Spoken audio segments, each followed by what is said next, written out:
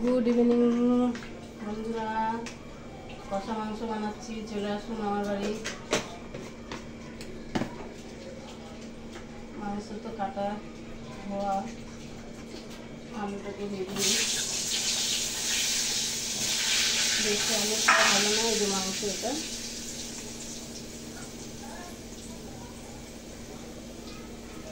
আলু ভাজি। কড়াইতে জিরে দেওয়া হয়েছে, তেল গরম হয়ে গেছে অনেক। জিরের পরে খাড়া মশলা দিয়ে দিচ্ছি, তারপরে পেঁয়াজ কুচানো পেঁয়াজটা দিয়ে দেবো। একটু লাল হোক, পিসা মশলাটা দিয়ে দেবো। এর মধ্যে সব আছে, ভালো করে এভাবে রেখে ভালো করে লাল করে নেবো, ব্রাউন ব্রাউন কষিয়ে নেবো ভালো করে। দেখুন এবার ওর মধ্যে জিরা পিসা হওয়া 1.5 চামচ বেশি হয়ে যাবে নেবে, আর লাল লঙ্কার গুঁড়ো, হলদি পাউডার, আর একটুখানি গরম মশলা এখন দিলাম, পরে নামানোর সময় একটু দিয়ে দেবো। আর কিছু না এখন। আর একটা দিতে হবে মিট মশলা,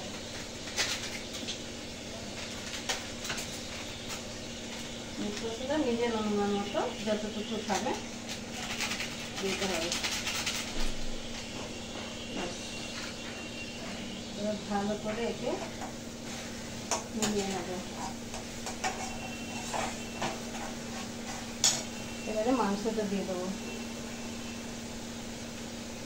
মাংসটা দিয়ে একসাথে কষাবো।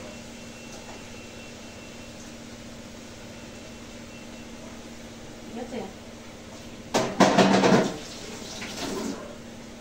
মাংসটা দিয়ে একসাথে কষাবো। একটু লবণ দিয়ে নিই, লবণটা এবার কষাবো, দেখতে থাকুন। দেখুন জল দিয়ে দিয়েছি, হ্যাঁ, আর আলু চারটাও দিয়ে দিয়েছি। 4 টুকরা আলু দিয়ে দিলাম, বেশি আলু দেবো না, আলু খাওয়াবার না। তাহলে একটু ফুটবে, বাস এতক্ষণ থেকে কষিয়েছি। নামানোর সময় একটু গরম মশলা দিয়ে দেবো, বাস। জল আর দিলাম না, অনেকটা দিয়েছি। দেখুন ঠিক আছে, কালার ঠিক আছে।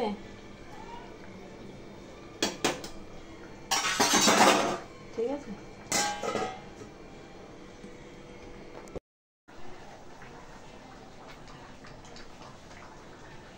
গরম মশলা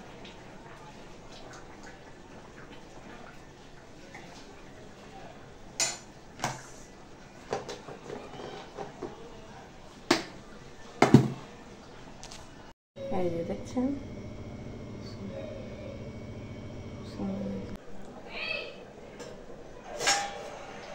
লাস্টে একটু গরম মশলা দিয়ে দিয়েছি। ঠিক আছে, হয়ে গেছে। রেসিপিটি যদি আপনাদের ভালো লাগে তাহলে লাইক কমেন্ট শেয়ার করবেন। আর এই যে লাস্ট দেখিয়ে দিচ্ছি সুন্দর করে, দেখে নিন। এই যে কষা একটু হবে, ঝোলটা নড়বে, একদম গাঢ় গাঢ় হয়ে যাবে। ঠিক আছে, তো যাই হোক রাখছি। ভালো লাগলে কিন্তু লাইক কমেন্ট শেয়ার করবেন। ঠিক আছে।